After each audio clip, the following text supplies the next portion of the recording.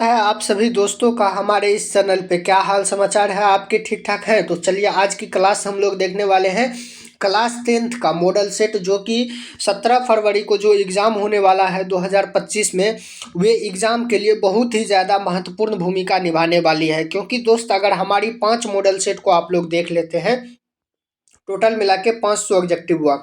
अगर इन 500 ऑब्जेक्टिव को आप लोग अगर देख लेते हैं तो ये हमारी गारंटी है, जो एक भी ऑब्जेक्टिव आपको हमारे बताए गए बिहार बोर्ड का जो ये मॉडल सेट है, इनसे बाहर अगर चले गया तो उसकी जिम्मेदारी हमारे तरफ से रहेगी। ये पूरी आशा एवं विश्वास के साथ एक बार विश्वास करके देखिए, उसके बाद आप लोग बोलिएगा। चलिए दोस्त, आज की इस वीडियो को हम लोग शुरू करते हैं बिना किसी समय गवाए हुए।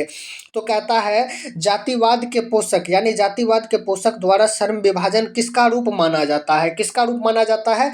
तो जाति प्रथा का। Option number B is the right answer. चलिए अब अगर नेक्स्ट की बात करें तो नेक्स्ट कहता है, विडंबना का अर्थ क्या होता है? विडंबना का क्या अर्थ होता है? तो उपहास होता है। Option number B is the right answer. Next की अगर बात करें तो कहता है, सेन साहब की नई मोटर कार किस रंग की थी? सेन साहब की जो थी नई मोटर कार किस रंग की थी? तो काले रंग की थी। Option number D is the right answer. चलिए अब अगर नेक्स्ट क्वेश्चन की बात करें तो नेक्स्ट क्वेश्चन कहता है, सेन साहब की कितनी बेटी थी? सेन साहब को दोस्त कितनी बेटी थी? तो सेन साहब को 5 बेटी थी। Option number D is the right answer.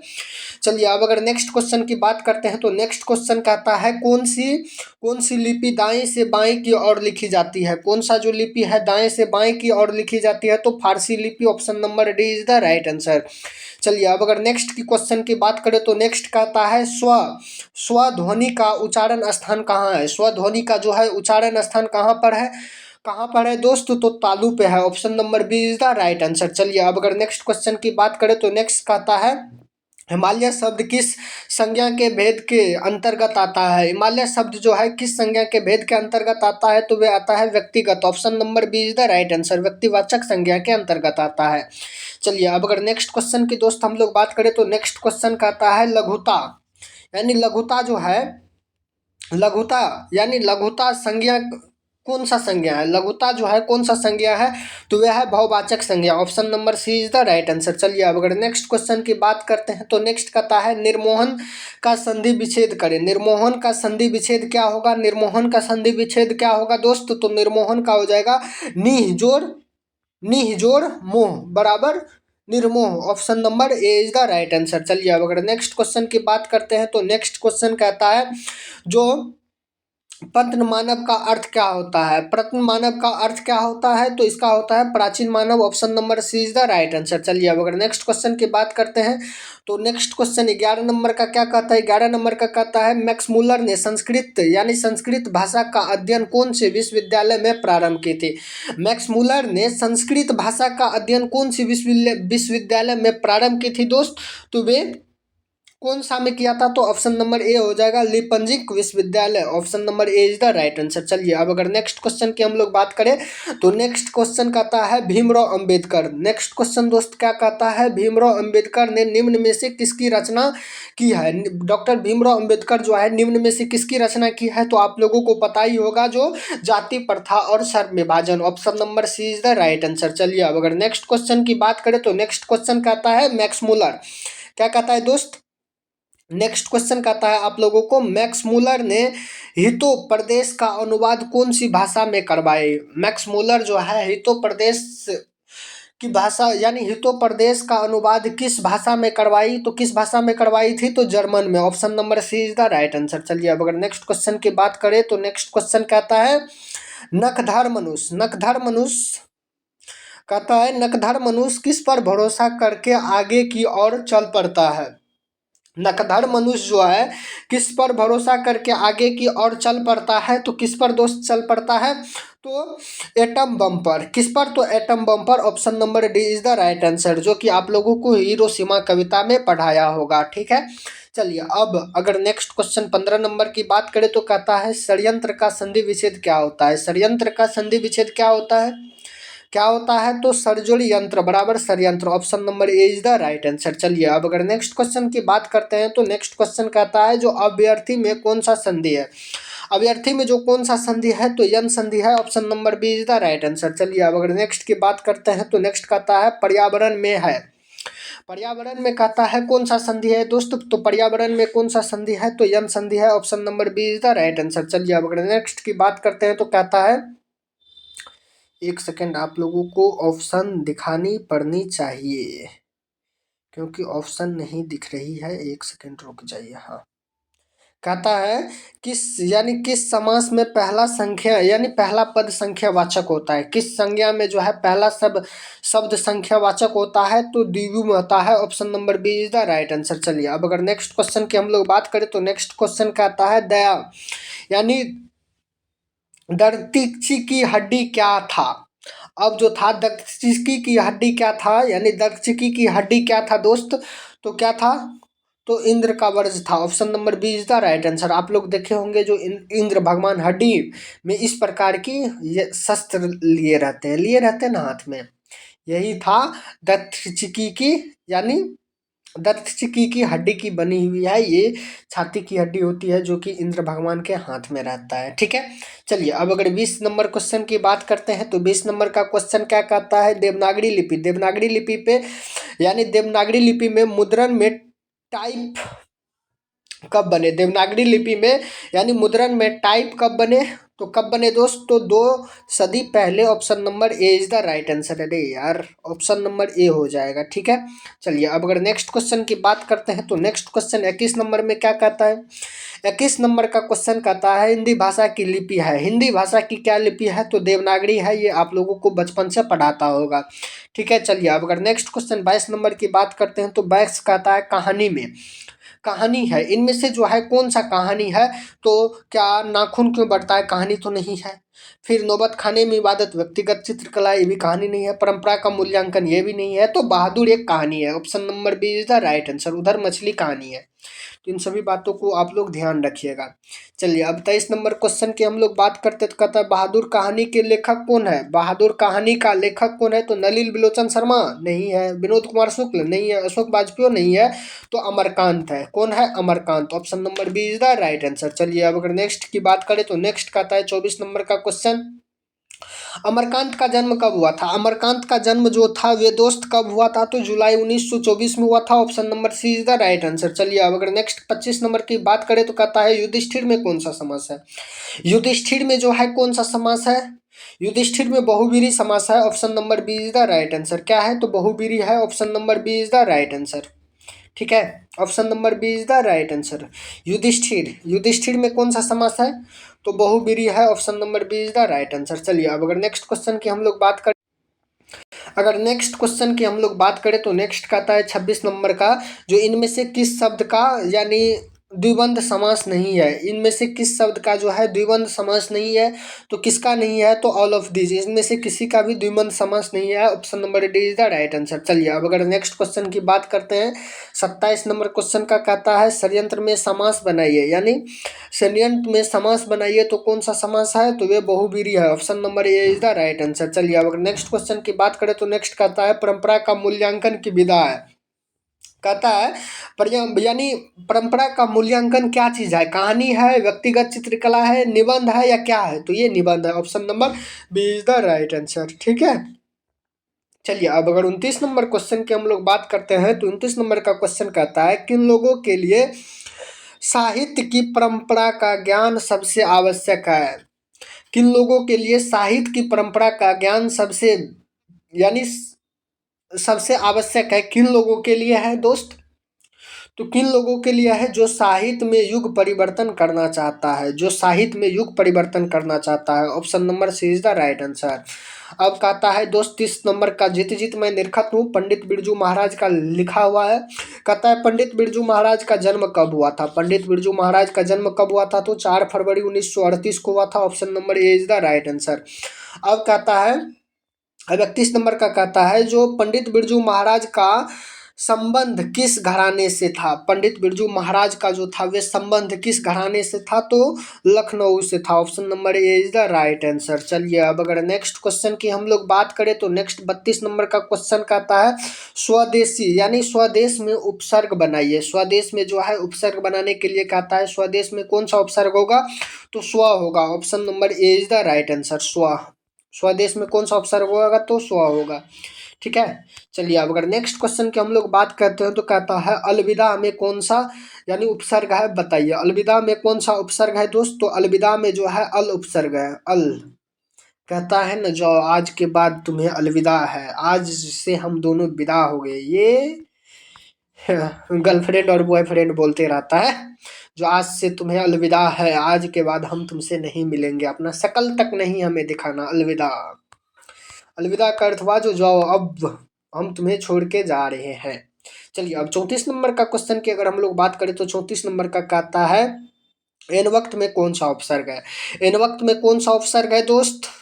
तो एन उपसर्ग है, option number A is the right answer. चलिए अगर नेक्स्ट क्वेश्चन की बात करते हैं तो नेक्स्ट क्वेश्चन कहता है 35 नंबर का, जो आबनियो फ्रांस का एक प्रमुख रहा है। आबनियो जो था, वे आबनियो लेखक जो था, वे फ्रांस का एक प्रमुख रहा है। क्या चीज रहा है दोस्त फ्रांस का आबनियो? क्या चीज रहा है? तो कला केंद्र रहा है। आबनियो जो है, आबनियो जो है वे फ्रांस का कला केंद्र रहा है, ठीक है। चलिए अब अगर हम लोग 36 नंबर क्वेश्चन की बात करते हैं तो कहता है पिकासो की प्रसिद्ध रचना का शीर्षक है। पिकासो की जो है प्रसिद्ध रचना कौन सा है? तो पिकासो की प्रसिद्ध रचना है लो मदालजेल द आबनियो। Option number B is the right answer, option number B is the right answer, ठीक है। अब कहता है मछली कहानी। क्या कहता है दोस्त? मछली कहानी में किस वर्ग का जीवन यानी वर्जित है? मछली कहानी में किस वन का जीवन वर्जित है? तो किस वन का है? तो निम्न मध्य वर्ग का, option number B is the right answer, ठीक है। चलिए अब अगर नेक्स्ट क्वेश्चन की बात करते हैं तो नेक्स्ट कहता है जो विनोद कुमार शुक्ल का जन्म कब हुआ था? विनोद कुमार शुक्ल का जन्म 1 जनवरी 1937 ईस्वी को हुआ था। 1 जनवरी 1937 ईस्वी को हुआ था, ठीक है। चलिए अब अगर 39 नंबर की बात करें तो 39 नंबर का क्वेश्चन कहता है जो प्रतिबिंब में कौन सा उपसर्ग है? प्रतिबिंब में प्रति उपसर्ग है। प्रतिबिंब में प्रति उपसर्ग है, यानी यहाँ पर अगर ऑप्शन की बात करें तो बी हो जाएगा, ठीक है। चलिए अब अगर हम लोग बात करते हैं तो धमाका में कौन सा प्रत्यय है? तो आक प्रत्यय है। धमाका में कौन सा प्रत्यय है? तो आक प्रत्यय है, ऑप्शन नंबर यानी C is the right answer, option number C is the right answer, आक प्रत्यय। चलिए अब अगर हम लोग बात करते हैं नेक्स्ट का तो कहता है गुजरा यानी गुजारा। गुजारा में कौन सा प्रत्यय है? गुजारा में कौन सा प्रत्यय है? तो गुजारा में आ प्रत्यय है, आ प्रत्यय है, option number D is the right answer. कहता है निम्न यानी निम्नलिखित में से सही शब्द का चुनाव कीजिए। निम्नलिखित में से सही शब्द का चुनाव कीजिए। तो क्या औद्योगिकरण जो है ये सही है, ये सही है, या ये सही है? ये सही है, option number C is the right answer, ये दोनों गलत है, ठीक है। औद्योगिकरण में देख लीजिए दोस्त कैसे होता है, आप लोग बहुत ही बेहतरीन ढंग से ये सब क्वेश्चन आने की बहुत ज़्यादा चांसेस रहता है। ऐसे होता है ओ का दो हलंत योगीकरण, ठीक है। या एक टाइप से आप लोगों को ऐसे भी दे देगा ओ दय संयुक्त यानी दय में य मिला देगा, दय संयुक्त योगागीकरण। तो ध्यान रखिएगा वहां पे ये हलंत नहीं दिया रहेगा, ठीक है।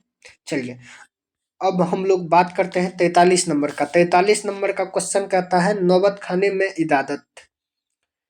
नौबत खाने में इबादत, नौबत खाने में इबादत पाठ के लेखक कौन है? नौबत खाने में इबादत पाठ के लेखक कौन है? कौन है दोस्त?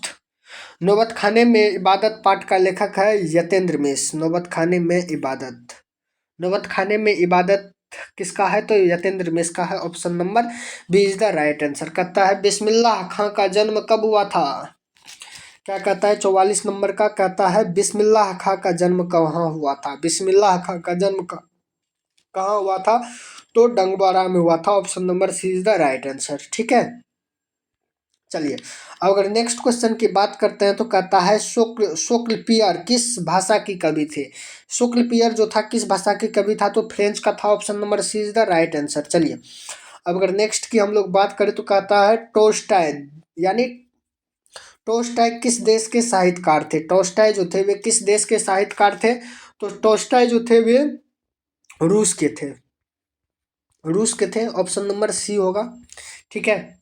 चलिए अब अगर नेक्स्ट क्वेश्चन की हम लोग बात करते हैं दोस्तों, नेक्स्ट क्वेश्चन कहता है निम्नलिखित में से कौन सा सही शब्द है?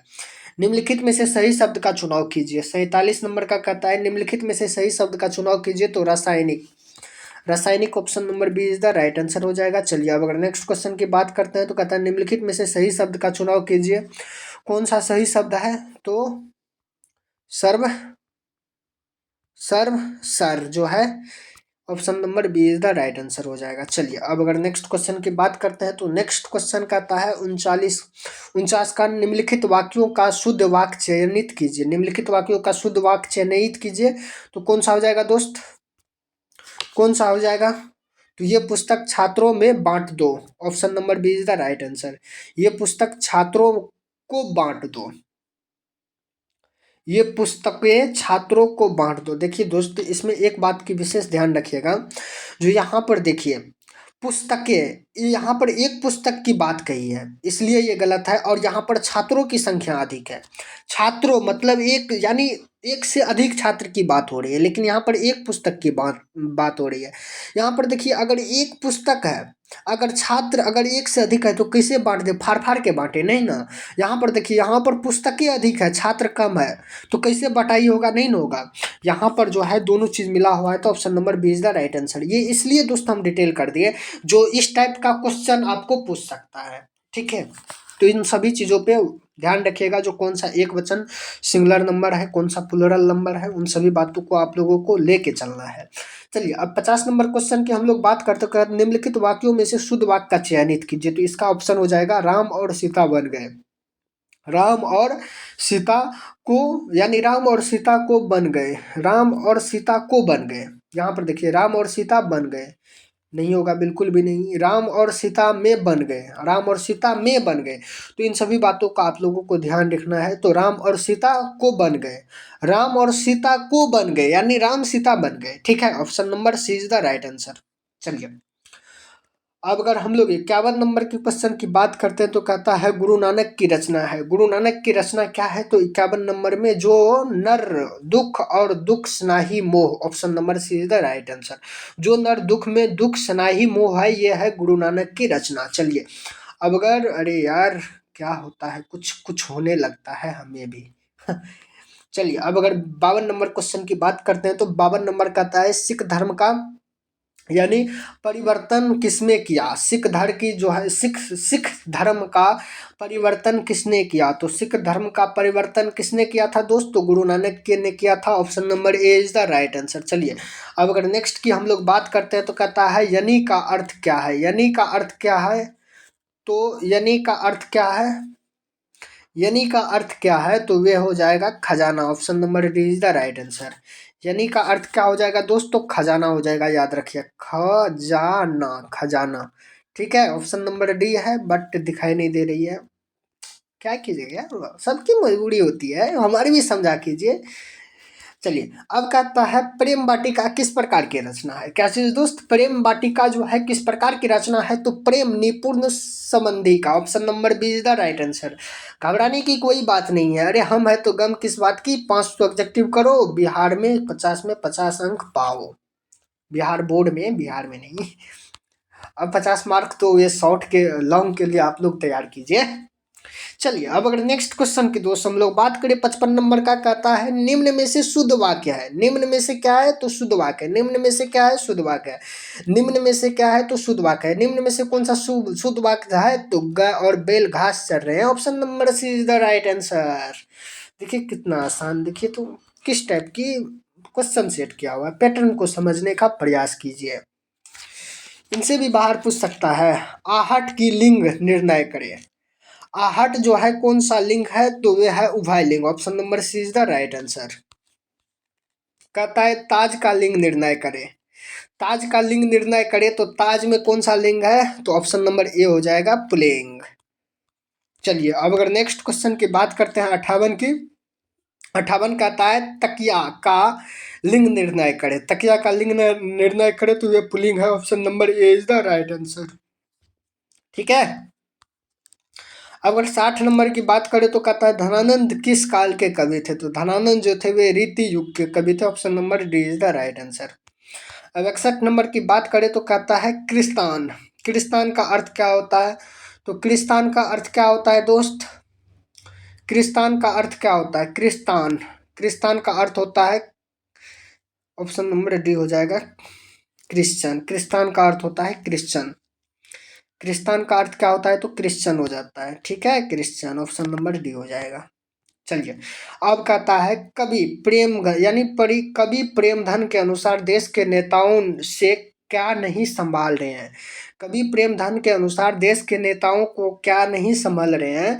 तो क्या नहीं संभाल रहे हैं? तो स्वदेशी प्रतिनिधि, तो option number C is the right answer. चलिए, अब अगर नेक्स्ट क्वेश्चन की हम लोग बात करें तो कहता है तलवार का लिंग निर्णय करे। तलवार का लिंग निर्णय करे तो क्या हो जाएगा? तो पुल्लिंग हो जाएगा, option number A is the right answer. चलिए, अब अगर नेक्स्ट क्वेश्चन की बात करते हैं तो कहता है सिर पर भूत सवार होने, यानी सिर पर भूत सवार होना का अर्थ क्या होता है? धून सवार हो जाना कहै छै ने, जे आइ तू अगर हमरा मार दी तो हमरा सिर पर भूत सवार भए जेतौ, यानी हमरा तोरा मारे के धुन सवार भए गेलो, तो option number A is the right answer. सिर पर भूत सवार होने का धुन सवार हो जाना, option number A is the right answer. चलिए, अब अगर नेक्स्ट क्वेश्चन की हम लोग बात करते हैं, कहता है कान देना मुहावरों का 4 अर्थ दिए गए हैं, इनमें जो अर्थ सबसे अच्छा सही हो उसे लिखे। 4, यानी कान देना का अर्थ क्या होता है दोस्त? कान देना का अर्थ क्या होता है? तो कान का सफाई करना। आप कान दे, यानी कान किसी को खोल के दे दीजिएगा, फिर आपका कान का सफाई करेगा नहीं ना। किसी से शिकायत करना, वे भी नहीं हो सकता है। कान काट ले जाना, अब कान देने का मतलब कोई कान काट के ले जाएगा नहीं दोस्त। कान देना यानी ध्यान देना, option number A is the right answer. कान देना, ध्यान देना, option number A is the right answer. चलिए, अब अगर नेक्स्ट क्वेश्चन 66 नंबर की बात करें तो कहता है पतंजलि का भारत माता कहाँ से निवासी थे? यानी पंत जी की भारत माता कहाँ से निवासिनी है? पंत जी की जो है भारत माता कहाँ से निवासिनी है? तो यानी ग्रामवासिनी। पंत जी की जो है भारत माता कहाँ निवासिनी है? तो ग्रामवासिनी है, ग्राम में निवास करती है, यानी गाँव में। चलिए, अब अगर नेक्स्ट क्वेश्चन की बात करते हैं तो नेक्स्ट क्वेश्चन कहता है भारत माता कविता कवि के किस वाक्य ग्रंथ से संग्रहित है? भारत माता कविता कवि के किस वाक्य ग्रंथ से संग्रहित है? तो ग्रास्य है, ग्राम, यानी ग्रमशा से है, option number C is the right answer. चलिए, अब अगर नेक्स्ट क्वेश्चन की बात करते हैं तो कहता है गवाच का अर्थ होता है, गवाच का अर्थ क्या होता है? तो गवाच का अर्थ होता है दोस्त बड़ी, यानी बड़ी खिड़की। गवाच का अर्थ क्या होता है? तो बड़ी खिड़की होता है। चलिए, अब अगर नेक्स्ट क्वेश्चन की बात करता है तो कहता है उर्वशी की कृति है। उर्वशी की कृति क्या है? तो दिनकर की। उर्वशी किसकी कृति है? तो दिनकर की, option number B is the right answer. चलिए, अब अगर नेक्स्ट क्वेश्चन की बात करते हैं तो नेक्स्ट कहता है धोती का कुर्ता न घर का न घाट का, कहावत का सही अर्थ क्या है?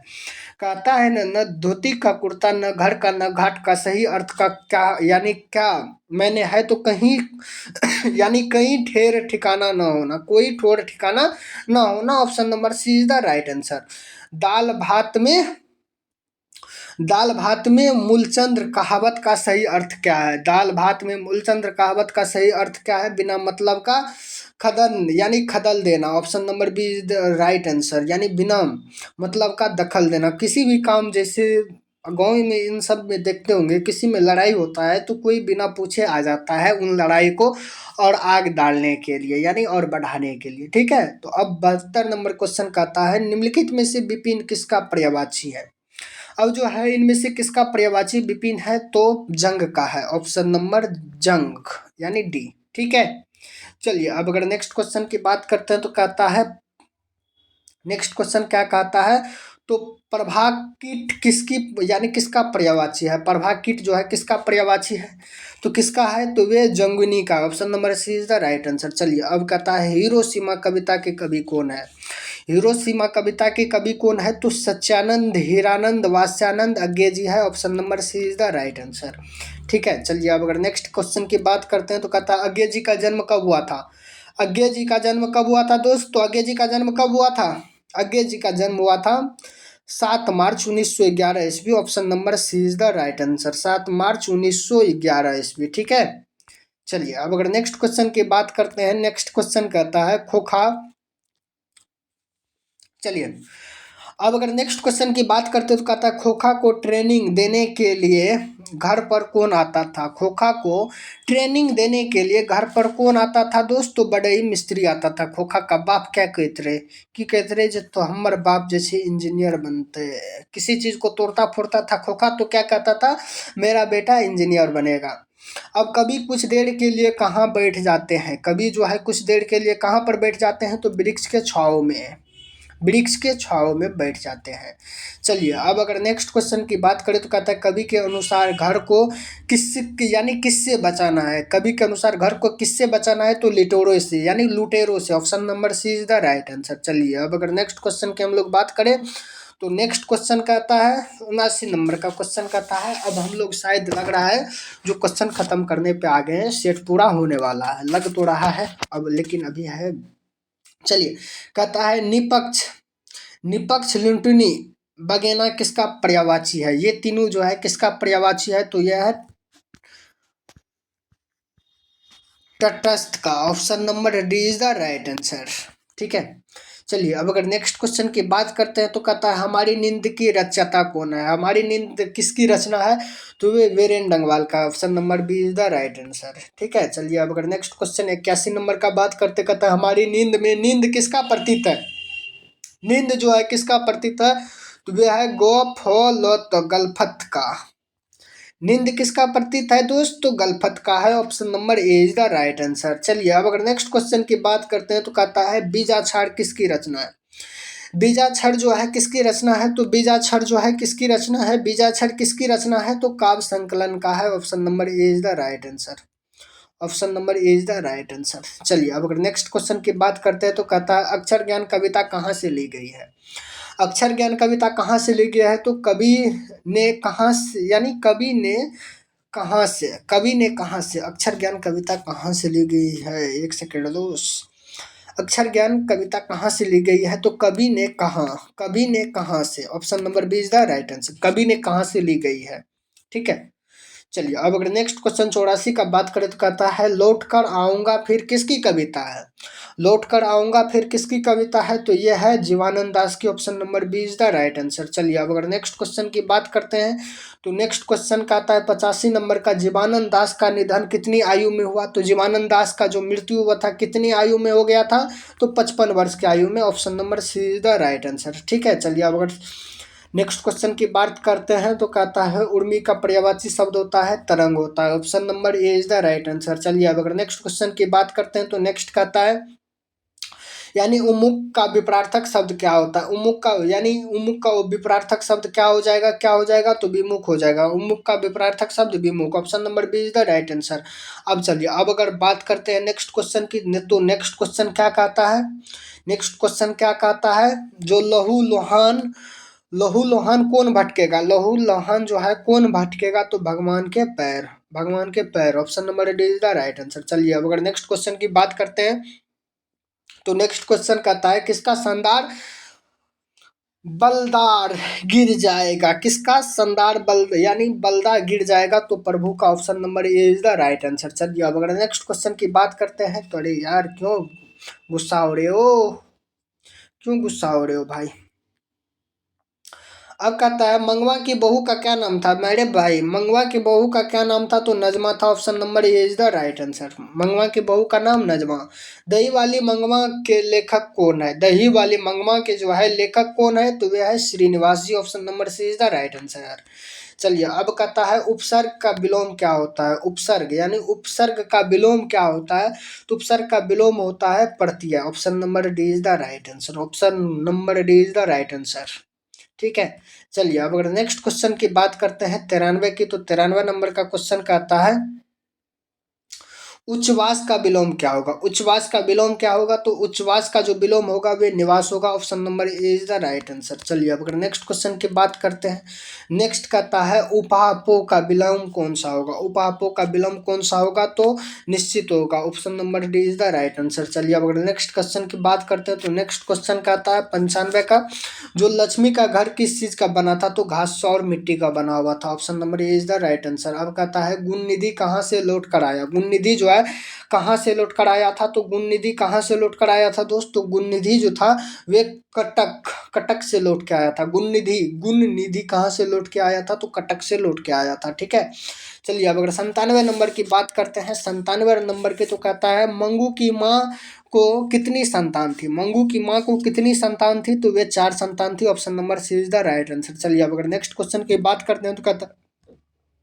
मंगू जन्म से ही है, मंगू जन्म से ही क्या थी, मंगू जन्म से ही क्या थी, तो पागल और गूंगी थी। Option number C is the right answer. चलिए अब अगर नेक्स्ट क्वेश्चन की बात करते हैं, तो नेक्स्ट क्वेश्चन कहता है नगर कहानी में किस नगर की वर्णन किया गया है। नगर कहानी में किस नगर की वर्णन किया गया है, तो कोलकाता की। Option number C is the right answer. चलिए अब लास्ट क्वेश्चन एंड सबसे अंतिम क्वेश्चन क्या होगा, तो धरती कब तक घूमेगी किस भाषा में अनुवादित है। धरती कब तक घूमेगी किस भाषा में अनुवादित है, किस भाषा में अनुवादित है, तो राजस्थानी में। Option number C is the right answer. चलिए दोस्तों अब आप लोग जो है कमेंट करके यहाँ पर बताइए जो किसका कितना सही हुआ, 100 में से कितना नंबर लाए हैं। ठीक है, तो चलिए दोस्त इसी प्रकार से अब सेट 3 आने वाला है। सेट 3 का भी आप लोग आनंद लीजिए। सेट 1 आ चुका है, सेट 2 अभी करा रहे हैं। सेट 1 आ चुका है, सेट 1 यानी सेट 2 करा रहे हैं, सेट 2 करा रहे हैं। अब एक ही मात्र सेट 3 देंगे, उसके बाद आप लोगों को याद ही होगा जो क्या चीज़, सेट 4 और सेट 5। सेट 5 कब आने वाला है, सेट 4 और 5।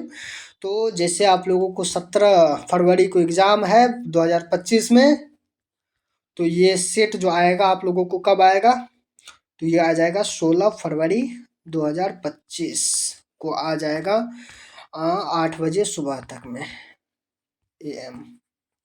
तो आप लोग इन 2 सेट को देखना नहीं भूलिएगा। ठीक है, चलिए दोस्तों आज के लिए बस इतना ही। Goodbye all of you, thank you. बहुत ही बेहतरीन ढंग से तैयारी कीजिए परीक्षा की।